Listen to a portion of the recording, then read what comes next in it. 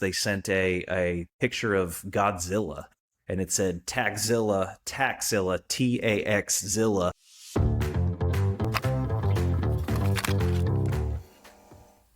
Hey everybody, my name is Michael Coker. I'm the mayor of the City of Mulberry, and on May 21st, we have a special anniversary. It will be the 1-year anniversary of the vote in favor of the City of Mulberry. And so I'm going to talk today a little bit about the history of Mulberry, how the city came to be, and kind of the process. The City of Mulberry started as the brainchild of many of the people who live there, who maybe were dissatisfied or were a little uncomfortable in how some of the zoning decisions had gone and how the planning for our area had been at the county. There were multiple individuals that had reached out to our state legislators and had talked about their concerns with maybe some of the overdevelopment, traffic, some of the overcrowding in some of our local schools. And they wanted to know how we could have more local control over the day-to-day operations and planning of what happens in our little corner of Northeast Gwinnett County. And so they reached out to our legislators and had asked them what can be done, what process is there for us to take back some of that control. Because you see, when Gwinnett County was founded, initially, there was 4 regional commissioners and then 1 at-large commissioner. And so each of those regional commissioners, when the county was first founded, they maybe represented 50,000 or 100,000 people throughout the years, so very few. So obviously people got to know their commissioner. They knew them by name. They saw them at the grocery store. But as you may know, as the county continued to grow, which Gwinnett County is now almost 1 million people, each of those regional commissioners, those 4, now represented about 250,000 people. And so these commissioners, really to no fault of their own, were having to see multiple rezonings, multiple developments that were just coming at them super fast. And, you know, there may be rezonings or applications for variances that were in areas of the county where that commissioner hadn't been in weeks or even months, and maybe didn't know the day-to-day operations of what's been going on in that area. And so when you had these commissioners that were representing 250,000 people, they were overwhelmed, that had all these rezonings, all these variances that they needed to take a look at, sometimes the members of the public felt like maybe those applications and those rezonings were not getting the attention that they deserved. Particularly, there wasn't that local control. There wasn't that local input where if I had an issue with maybe something that was going to be built right next to my neighborhood, then I didn't feel like my voice was being heard because this one rezoning was getting drowned out in the, dozens of other ones that were on the agenda for that night. And so when these individuals reached out to our state legislators and talked to them and said, hey, what can we do? How can we make our voices more heard? They came up with this idea of creating the City of Mulberry. Now, initially, the City of Mulberry was going to have the name the City of Mill Creek, but due to some friendly rivalries between the high schools, we know that not all the kids in Mulberry were going to go to Mill Creek High School. Some of them went to Seconder High School. Some of them even went to Decula High School.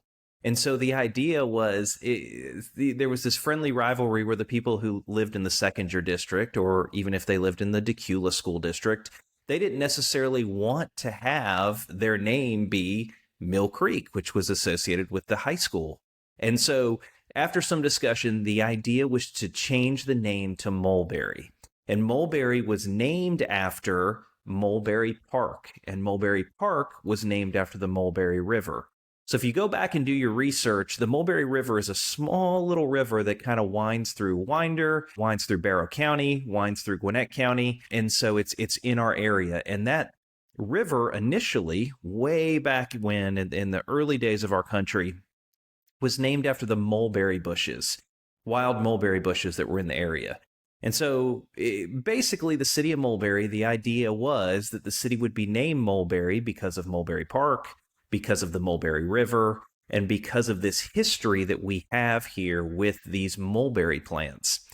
And so the idea was, we're going to create a city. And so a study was done, an investigation to see, based on the revenue that the city would receive, would that city be financially viable? And that study was done by the legislature. They had the study and they made a determination that the city of Mulberry could be completely viable and actually thrive without ever having a property tax. And so the idea was, not only can we bring that local control closer to the people of Mulberry, but we can also do so without charging them any more money. That if we take the funds that are already being paid from our area to Gwinnett County for things like business licenses, things like insurance premium fees, things that we were already paying before, if we just keep those here locally, those funds would be enough to fund our services that we would provide. And so the idea was, okay, well, to start a city in Georgia, you have to have 3 services. And those 3 services that were decided for the city of Mulberry would be planning and zoning, code enforcement, and stormwater management. And the idea being that those 3 services kind of all tie in together. And you might be wondering, well, why did Mulberry choose stormwater management? Why is that one of the services that they're providing? Because those 3 services go hand in hand with each other. They are mutually beneficial to each other, and they kind of work together. And I'll explain why. So planning and zoning is obvious, right? Is that if a new development comes in, if there's something that somebody wants to develop here in Mulberry, then that's something that they want to do. They need to come before the board, and they need to ultimately create a new city, or if they want to create a new development, they would come in and they would request to have that development be built. That is planning and zoning. Okay, so they would come before a planning commission or a board. They would present those plans. The second part of that is code enforcement. And code enforcement does things like, make sure that music isn't played too loud, or that grass is not cut, is cut regularly and is not too high. But they also do things like make sure that new developments and new buildings are brought to code, that they're, in essence, that the process as something's being built is done in such a way that it's done safely, it's done properly, and that it's going to be a good quality product at the end of the build. And so there we have, planning and zoning, which is obviously the idea of, hey, we're going to create a new development. Code enforcement, which is, hey, we're going to make sure that when that area is being developed, that it's done so properly and efficiently. And then number 3 is stormwater management, which is going to deal with how that stormwater, that water runoff, basically where it goes, and make sure that it's adequately taken care of after that development's built, or even during that development. And so because these 3 services kind of go hand in hand, because they all work together, that was the idea of why those 3 services were chosen. And we had some people that came up to us and said, hey, why don't you do trash service, or why don't you do a new library or something, or parks and recreation? But the idea for Mulberry was that those 3 services were the best fit because all 3 of them work together. Again, planning and zoning, code enforcement, making sure everything is up to code, and then stormwater management, any of that new development, any new parking lots, for example, that water runoff from any rainstorm is going to be sufficient, and that the development's going to be viable, and you're not going to have flooding, or you're not going to have people's water rushing across people's property. So that was why the legislature ultimately determined that those 3 services would be the services that would be taken. And so once those 3 services were determined, they ultimately decided, hey, we are going to go ahead and move forward with the charter. And so they ultimately began drafting the charter. They ultimately began moving forward with the idea that, hey, we are going to establish this city, and we're going to present it both to the legislature, and then we're going to turn around and we're going to present it to the voters and let them make the decision. And so things that were put in the charter, like the no property taxes, the 3 services we talked about, other administrative items of how the city would operate from a day-to-day basis. And that charter passed both chambers of the state legislature, and then was sent to the governor for his signature. And ultimately the governor signed it. And then so the charter just needed one more step in order to make it to an official city, and that was a referendum, meaning people had to vote yes. People in our area had to say, yes, I want to be part of the new city of Mulberry. And if the referendum failed, if people decided, hey, we did not want to be part of Mulberry, then that was okay, and everything would just kind of go away. And so what ultimately happened after that is, unfortunately, we had a situation where we had a lot of developers who had a lot of money at stake in the city who started pumping in dollars, not even really from our area, into this election. And basically they said, we do not want the city of Mulberry, because they felt that they were going to have a better shake and a better opportunity if they could go through Gwinnett planning. And so they felt, if we can just stop the city of Mulberry from forming, we're going to be able to continue to push these developments that we want to build. So there was a lot of outside money. There was a lot of outside things that came in, basically people opposing the city. They bought signage. They put them all over the place. You might have seen they were a big red stop sign, stop to the city of Mulberry. And so those signs came out, and we realized that we were going to have a fight. And so for those of us that wanted the city, myself included, we realized that we were going to have to go out and dispel some of these rumors that were being spread, these falsehoods about the city and what it meant and what was going to happen. And so basically I was the individual who led the organization called Citizens for Mulberry. And Citizens for Mulberry was an organization that ultimately said, hey, we are a group of people who want to have the city, who want Mulberry to be incorporated. And then basically we want to move forward with this. And we think that this is what's going to ultimately be best for our community, is to have that local control to come back to our area. And so I led that Citizens for Mulberry group, and it cost a lot of money to support this, to buy signage, to do Facebook ads, to basically help spread the word. We put on 3 town halls. The first one, which we had at Hamilton Mill United Methodist Church, I believe the estimates were it was over 1,000 people that were there, because everyone was excited. They wanted to hear, they wanted to learn more about the city and what it meant, and is this something that we wanted? And so, again, we used our own money. We hosted the 3 town halls. We had our state legislators come. They talked about the city. They talked about the legislation and what it meant and why they felt like it would be best for this particular area. And so these were all the things that we did leading up to that May 21st election. But again, for every dollar it seemed like we spend to get the word out about why we wanted a city, it seemed like the developers were spending 5-10 times that amount through mailers and in various items. I mean, one of my favorite mailers that the other side sent was, they sent a picture of Godzilla, and it said Taxzilla, Taxzilla, and it had the Godzilla storming through what was going to be Mulberry, right? That there was this Taxzilla that was going to come through Mulberry. And so that was one of the fear tactics they used, right? Is that, oh, you're going to get taxed to death. Well, I think hopefully everybody knows that that's been proven wrong. I mean, the city's fully operational. We're using the funds again that was already paid to the county.